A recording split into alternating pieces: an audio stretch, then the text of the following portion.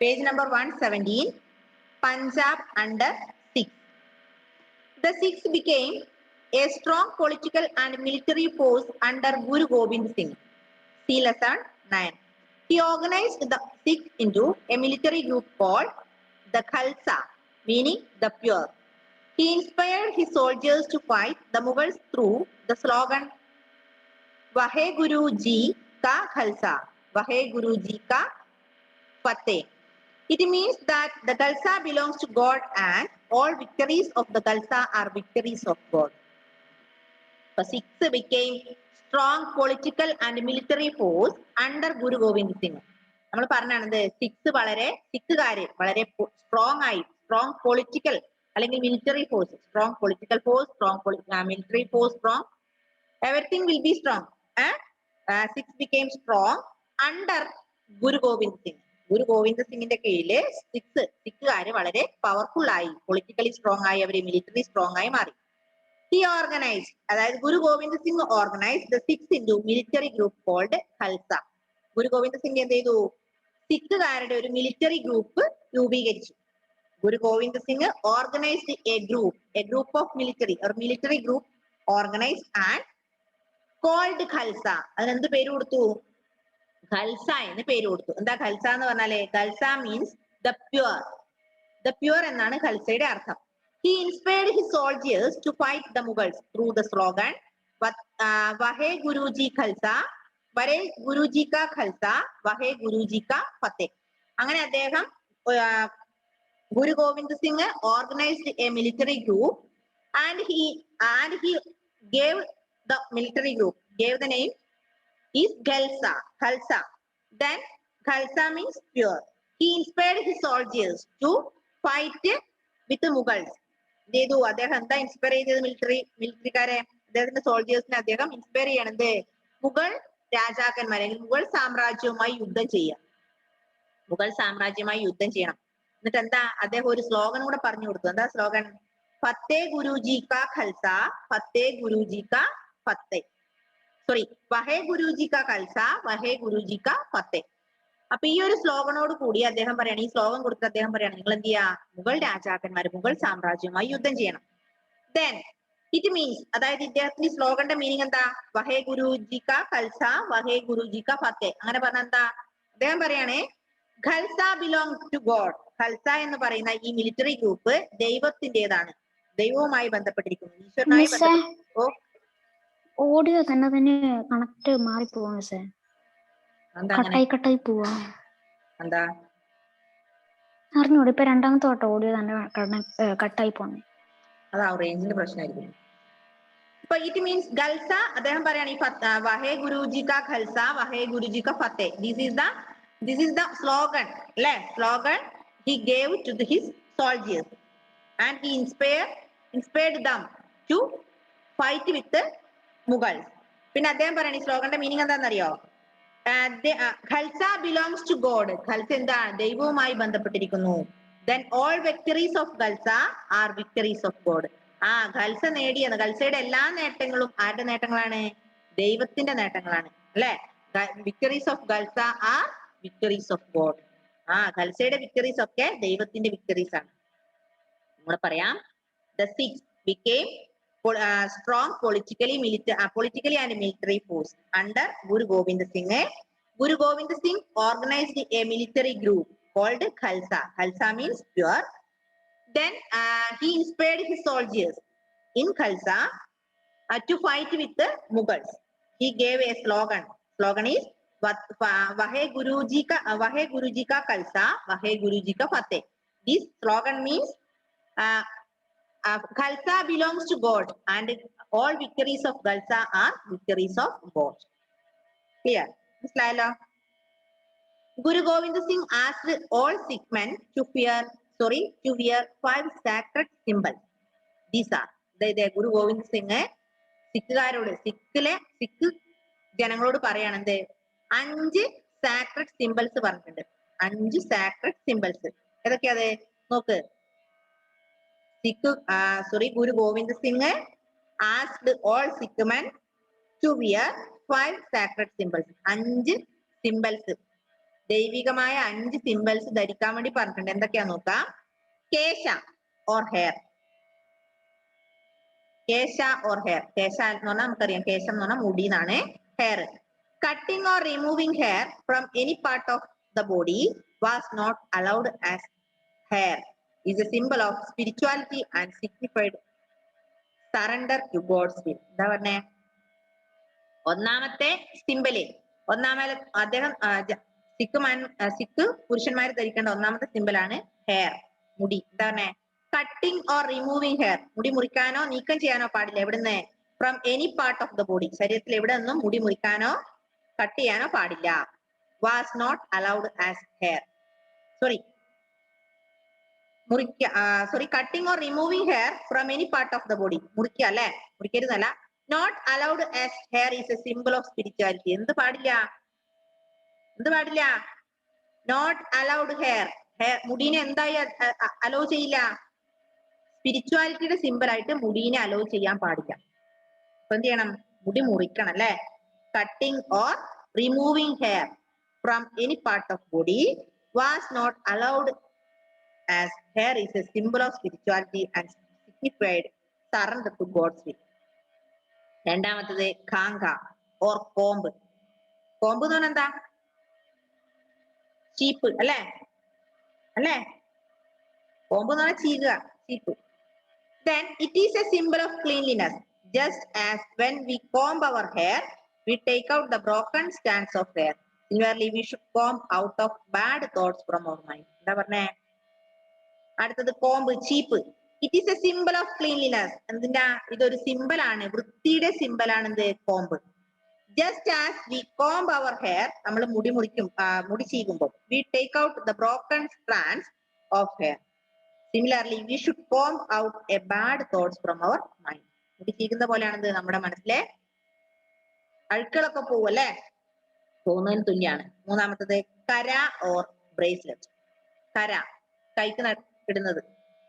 Bracelet നമുക്ക് സന്യാസിമാരൊക്കെ കൈക്കാണ് അല്ലെ, രുദ്രാക്ഷത്തിന്റെ ഒക്കെ എന്തെല്ലോ സംഭവങ്ങൾ കാണുന്നില്ലേ? കര or bracelet.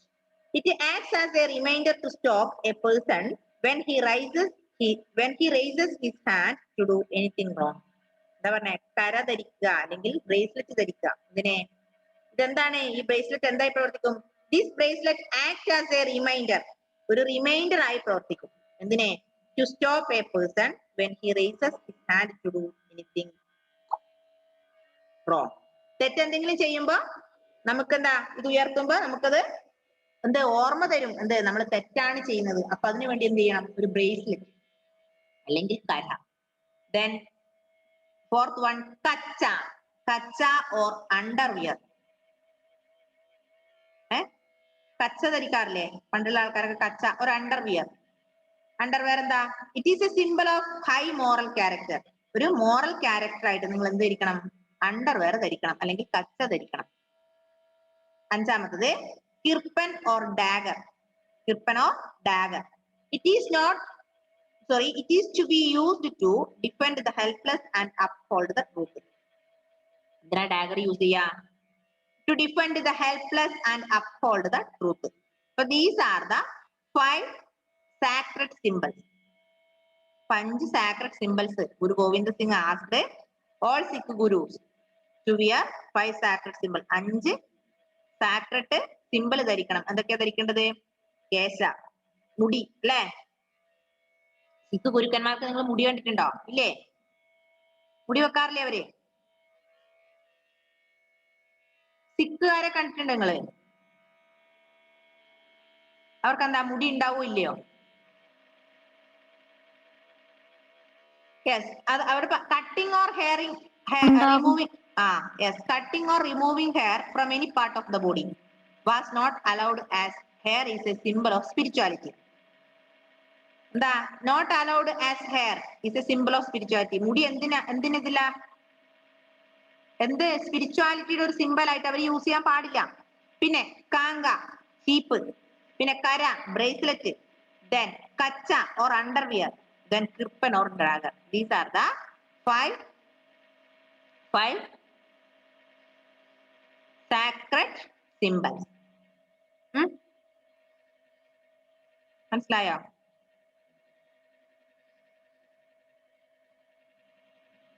Next one. After Guru Gobind Singh, the six were led by Banda Bahadur. He continued the struggle against the Mughals. എന്താ പറഞ്ഞേ?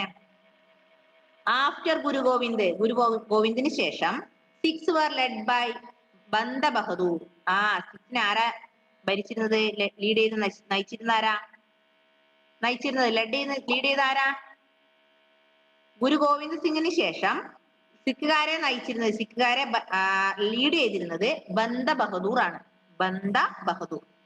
He continued the struggle against the Mughal. Banda ബഹദൂറും എന്താ കണ്ടിന്യൂ ചെയ്തേ? മുഗൾകാരോട് യുദ്ധം തന്നെ അല്ലെ. നമ്മുടെ ഗുരു ഗോവിന്ദ് സിംഗും എന്തായിരുന്നു? അദ്ദേഹത്തിന്റെ ആർമി, അദ്ദേഹത്തിന്റെ സൈന്യത്തോട് അല്ലെങ്കിൽ അദ്ദേഹത്തിന്റെ ഖൽസയോട് അദ്ദേഹം ആവശ്യപ്പെട്ട എന്താ? നിങ്ങൾ മുഗൾ സാമ്രാജ്യവുമായി യുദ്ധം ചെയ്യണം, മുഗൾസുമായി യുദ്ധം ചെയ്യണം.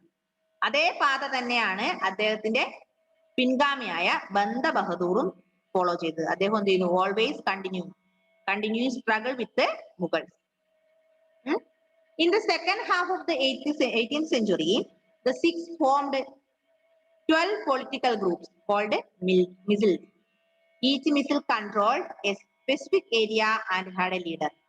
Towards the end of the 18th century, Maharaja Ranjit Singh, the leader of the Sukkar Chakya Misl, united all the Misl. He established a powerful kingdom in Punjab. Second half of 18th centuryയുടെ രണ്ടാമത്തെ പകുതിയിലെ six formed 12 political groups. സിക്സുകാർ എന്ത് form ചെയ്തു? എന്തുണ്ടാക്കി? 12 political groups, രാഷ്ട്രീയ ഗ്രൂപ്പുകൾ. 12 political groups ഉണ്ടാക്കി. അതിന്റെ പേരെന്താ? മിസിൽ അല്ലെ. Each misl controlled a specific area and had a leader. ഓരോ മിസിലും ഓരോ ഏരിയ ആയിരുന്നു, മാത്രമല്ല അതിനൊരു പൊളിറ്റിക്കൽ അല്ലെങ്കിൽ ഒരു ലീഡർ കൂടി ഉണ്ട്. മനസ്സിലായോ? Second half of 18th century, six formed a political group called Misls. Each group controlled an area and had a leader. ഓരോ മിസിലിനും ഓരോ ഗ്രൂപ്പിനും ഓരോ ലീഡറും ഉണ്ടാവും. Maharaja Ranjit Singh, the leader of Sukerchakia ചാക്യ മിസിൽ, യുണൈറ്റഡ് ഓൾ ദ മിസിൽ. എന്താ പറഞ്ഞേ? മഹാരാജ രഞ്ജിത് സിംഗ് അദ്ദേഹം ആരായിരുന്നു? സുക്കർ ചാക്യ എന്ന് പറയുന്ന മിസിലിന്റെ ലീഡർ ആയിരുന്നു. ആര്? മഹാരാജ രഞ്ജിത് സിംഗ്. ഇത്ര ഒന്ന് വായിച്ചു നോക്കിയാൽ പെട്ടെന്ന്.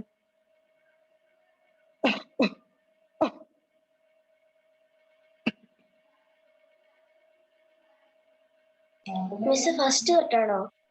അല്ല, ഇപ്പൊ എടുത്തത് പഞ്ചാബ് അണ്ടർ ദ സിക്സ്. മറ്റേ നമ്മൾ വായിച്ചല്ല.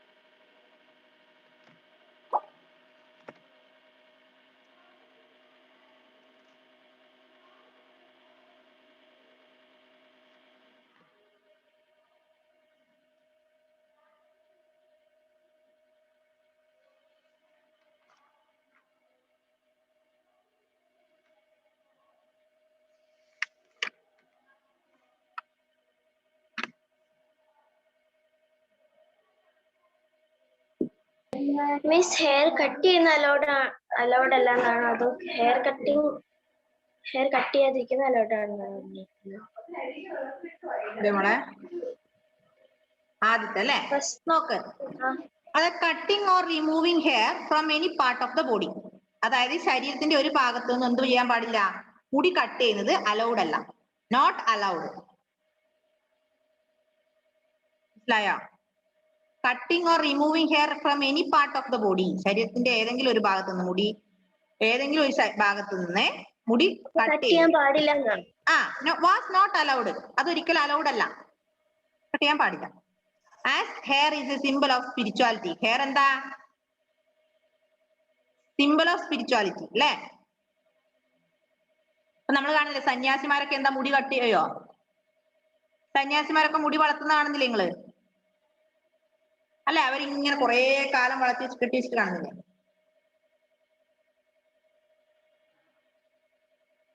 എന്താ ഷോണേ?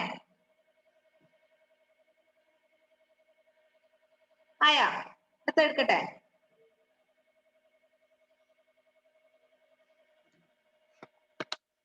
മൈസൂർ എടുക്കട്ടെ മക്കളെ? Okay. Next one. In the second half of the 18th century, Hyder Ali, 1761 up to 82, and his son Tippu Sultan, 1782 up to 99, made Mysore very powerful. Tippu was known as the Tiger of Mysore. Both Hyder Ali and Tippu modernized the army and introduced new and efficient weapons. With the help of the French, Hyder Ali established a modern arsenal at Dindigul. Tippu Sultan even made effort to build a modern navy. In the second half of 18th century, 18ാം നൂറ്റാണ്ടിന്റെ പകുതിയിലെ ഹൈദർ അലി 1761 മുതൽ 1782 വരെയാണ് ഭരണം നടത്തിയത്. And his sun, Hyder അലിയുടെ മകനായ ടിപ്പു സുൽത്താൻ. അപ്പൊ ടിപ്പു സുൽത്താന്റെ അച്ഛനാരാ? ഹൈദർ അലിയാണ് അല്ലെ? Haider Ali and his son Tipu Sultan made Mysore very powerful. Haider അലിയും ഹൈദർ അലിയുടെ മകൻ ടിപ്പു സുൽത്താനും എന്ത് ചെയ്തു? മൈസൂറിനെ വളരെ പവർഫുൾ ആക്കി മാറ്റി. അതായത് 1761 മുതൽ 82 വരെ ഹൈദർ അലി ഭരിച്ചു. ഹൈദർ അലിക്ക് ശേഷം അദ്ദേഹത്തിന്റെ മകൻ അല്ലെ സക്സീഡ് ചെയ്തു. മകൻ 1782 2 മുതൽ 99 വരെ. 1761 മുതൽ 1799 വരെയുള്ള കാലഘട്ടത്തിൽ അതായത് സെക്കൻഡ് ഹാഫ് ഓഫ് 18th സെഞ്ചുറിയിലെ ടിപ്പു സുൽത്താനും അദ്ദേഹത്തിന്റെ അച്ഛനായ ഹൈദർ അലിയും മൈസൂറിനെ വളരെ പവർഫുൾ ആക്കി മാറ്റി. Then Tipu Sultan is known as tiger of Mysore. Tipu Sultan എന്തറിയപ്പെട്ടു? മൈസൂരിന്റെ ടൈഗർ എന്നറിയപ്പെട്ടു അല്ലെ? ടൈഗർ ഓഫ് മൈസൂർ എന്നറിയപ്പെട്ടു. Both Hyder Ali and Tipu Sultan modernized the army and introduced the new and efficient weapon. അതായത് അച്ഛനും മകനും കൂടി ടിപ്പു സുൽത്താനും ഹൈദർ അലിയും കൂടെ നല്ല സ്ട്രോങ് ആക്കി മാറ്റുകയും മോഡേണൈസ്ഡ് ആക്കി മാറ്റി. മൈസൂരിനെ മോഡേണൈസ്ഡ് ആക്കി മാറ്റുകയും മോഡേൺ വെപ്പൺസ് യൂസ് ചെയ്യുകയും ചെയ്തു. With the help of French, ഫ്രഞ്ചുകാരുടെ സഹായത്തോടു കൂടി Hyder Ali established a modern arsenal at ഡിണ്ടിഗഡിൽ ഒരു മോഡേൺ ആർസണൽ അദ്ദേഹം രൂപീകരിച്ചു.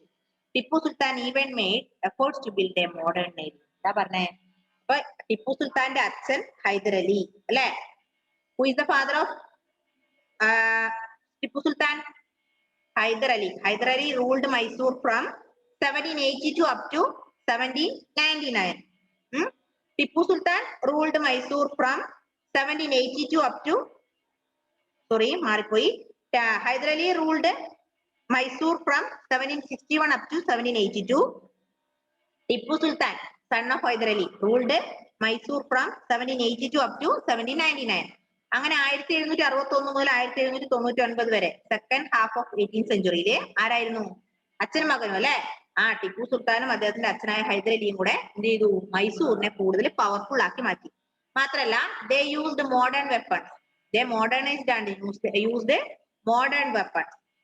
Then Hyder Ali modernized the army and introduced new weapons. Then with the help of French, Hyder Ali established a new modern arsenal at Dindigul. Clear? മനസ്സിലായോ?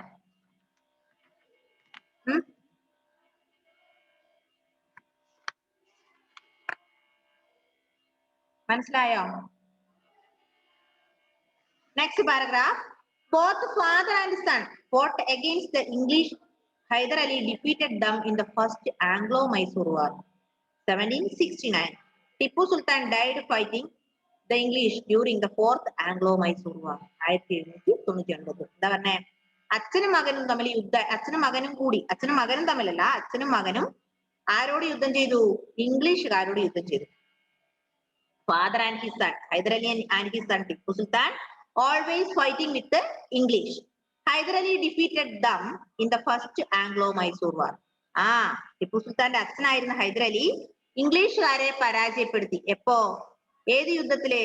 First Anglo Mysore war. മനസ്സിലായോ? First Anglo Mysore war in 1769, 1769 ഒന്നാം first Anglo Mysore വാറിലെ ടിപ്പു സുൽത്താൻ ഇംഗ്ലീഷുകാരെ പരാജയപ്പെടുത്തി.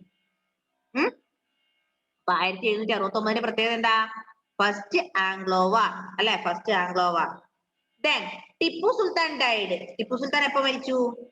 Fighting the English during the fourth Anglo Mysore war. നാലാമത്തെ Anglo Mysore വാറിലെ ടിപ്പു സുൽത്താൻ മരണപ്പെട്ടു. ഒന്നാമത്തെ ആംഗ്ലോ മൈസൂർ വാറിലെ ഹൈദർ അലി ഫ്രഞ്ചുകാരെ പരാജയപ്പെടുത്തി. പക്ഷെ നാലാമത്തെ ആംഗ്ലോ മൈസൂർ വാറിലെ അദ്ദേഹത്തിന്റെ ഹൈദർ അലിയുടെ മകനായ ടിപ്പു സുൽത്താൻ മരണപ്പെട്ടു. മനസ്സിലായോ?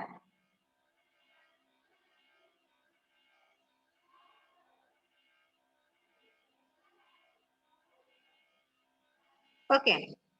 Next one, the Marathas. The Marathas had a humble origin.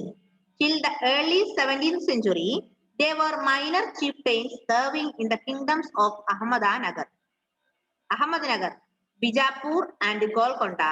When these kingdoms became weak, the Marathas declared themselves independent. The man who carved out a powerful kingdom in the Konkan region was Shivaji.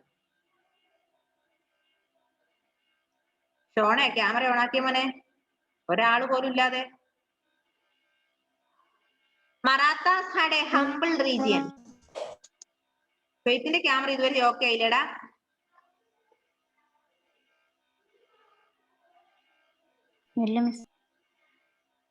Marathas had a humble origin. Till the early 17th century, they were minor chieftains serving in the kingdom of Ahmednagar, Bijapur and Golconda. Marathas എന്താണ്? Humble region ആണ്. മാത്രല്ല till the 17th century, അതായത് 17ാം നൂറ്റാണ്ടിന്റെ ആരംഭം വരെ അവരാരായിരുന്നു? Minor ചീഫ്റ്റെയിൻസ് ആയിരുന്നു. Marathas were minor chieftains till the early 17th century. Then they are the minor chieftains serving in the kingdom. ഏതൊക്കെ കിങ്ഡത്തിലാ? Ahmednagar, Bijapur, Golconda. When these kingdoms became weak, മൂന്ന് കിങ്ഡംസും എന്തായി? വീക്കായി മാറി. അതിന്റെ സ്ട്രോങ് പോയി. The Marathas declared themselves as independent. അങ്ങനെ അവരെ എന്തായി പ്രഖ്യാപിച്ചു? ഇൻഡിപെൻഡന്റ് ആയി പ്രഖ്യാപിച്ചു. ഏതിനൊക്കെ? അഹമ്മദ്നഗറും ബിജാപൂറും ഗോൽക്കൊണ്ടയും. The man who carved a powerful kingdom. അവിടെ ഒരു പവർഫുൾ കിങ്ഡം ഉണ്ടാക്കിയത് ആരാ? ശിവാജി. എന്നിട്ട് എന്ത് ചെയ്തു? ശിവാജി ഇവിടെ ഇപ്പൊ മറാത്തയിൽ ഒരു ഇമ്പോർട്ടന്റ് ആളാണ് ആര്? ശിവാജി. കേട്ടില്ലേ? ശിവാജി. അപ്പൊ Marathas had a humble origin. Then Marathas were the minor chieftains serving in the kingdoms of Ahmednagar, Bijapur and Golconda till the early 17th century. Then Marathas became weak. These became weak. Marathas declared themselves as independent. ഏതൊക്കെയാ? Maratha declared themselves as independent. Which are they? Ahmednagar, Bijapur and Golconda. The man who carved a powerful kingdom.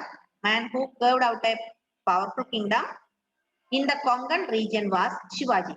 Konkan region അല്ലെ? ഇതാരായിരുന്നു? ശിവാജിയാണ്.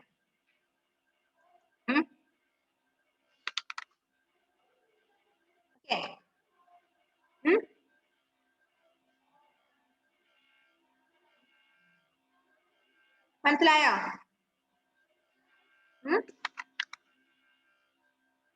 Who are known as later Mughals? Who are known as later Mughals? Aurangzeb died in 1707. His successors were known as later Mughals. അല്ലേ? പിന്നെ successors of Nizam ul Mulk were known as Nizam. അല്ലേ? പിന്നെ നമ്മൾ എന്ത് പഠിച്ചു ഇല്ലേ? Aurangzeb, Bahadur Shah first, then Jahandar Shah, then Farooq Siyar. Farooq Siyar പ്രത്യേകത എന്താ? Farooq Siyar was a ruler only in name. Farooq Siyar was the ruler in only in name. He was controlled by Sayyid brothers. Farooq Siyar controlled by Sayyid brothers. Who are the Sayyid brothers? ആരൊക്കെ Sayyid brothers? Abdullah Khan Baraha and Hussain Ali Khan Baraha. Clear? They were Sayyid brothers. Farooq Siyar was a ruler in name only. He was controlled by Sayyid brothers. Okay. പിന്നെ പറഞ്ഞെന്താ? Independent kingdoms. ഏതൊക്കെയായിരുന്നു? 3 independent kingdoms. Largest provinces to become independent were Awadh, Bengal and Hyderabad. അല്ലേ? അവധ് നമ്മൾ എന്ത് പറഞ്ഞു? 1722. In 1722, Muhammad Shah appointed Sadat Khan the governor of Awadh. അല്ലേ? Zamindars of Awadh often refused to pay the taxes. So Sadat Khan suppressed the rebellious Zamindars. He held the combined office of the Subedar, Faujadar and Diwan. Diwan means head of revenue. Faujadar means head of military. Then Subedar means head of politics. അല്ലെ? Political leader. പിന്നെന്താ അതിൽ പറഞ്ഞത്? പിന്നെ ബംഗാൾ പറഞ്ഞു. ബംഗാളില് Murshid Quli Khan was the governor of Bengal under Mughal. പിന്നെ he made Murshidabad his capital. പിന്നെ in 1727 Murshid Quli Khan succeeded by Shujauddin, അല്ലെ? Shujauddin, who ruled till 1739. പിന്നെ Battle of Plassey in 1757, Battle of Buxar in 1764.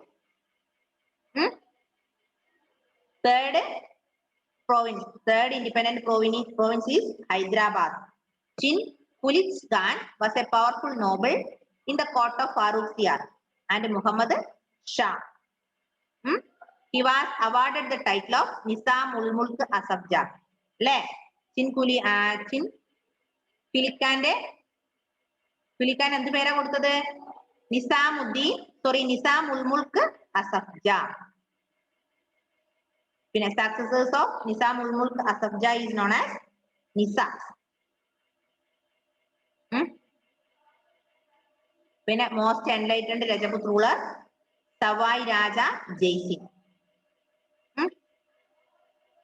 Any doubt? Anybody? മനസ്സിലായോ? Okay. I think you have no doubt. ഇല്ലല്ലോ? If you have any doubt in this area, you can ask me on the next class. Clear? മനസ്സിലായോ? എന്തെങ്കിലും doubt ഉണ്ടെങ്കിൽ ഇത് വായിക്കുമ്പോൾ എന്തെങ്കിലും doubt ഉണ്ടെങ്കിൽ അടുത്ത ക്ലാസ്സിൽ മിസ്സിനോട് ചോദിക്കുക കേട്ടോ. Okay, bye bye. See you in the next class. Bye bye. Don't forget about your exam. Exam will be on Monday. History. Which are the lessons? History 6, 7 and 8. Okay. Bye bye.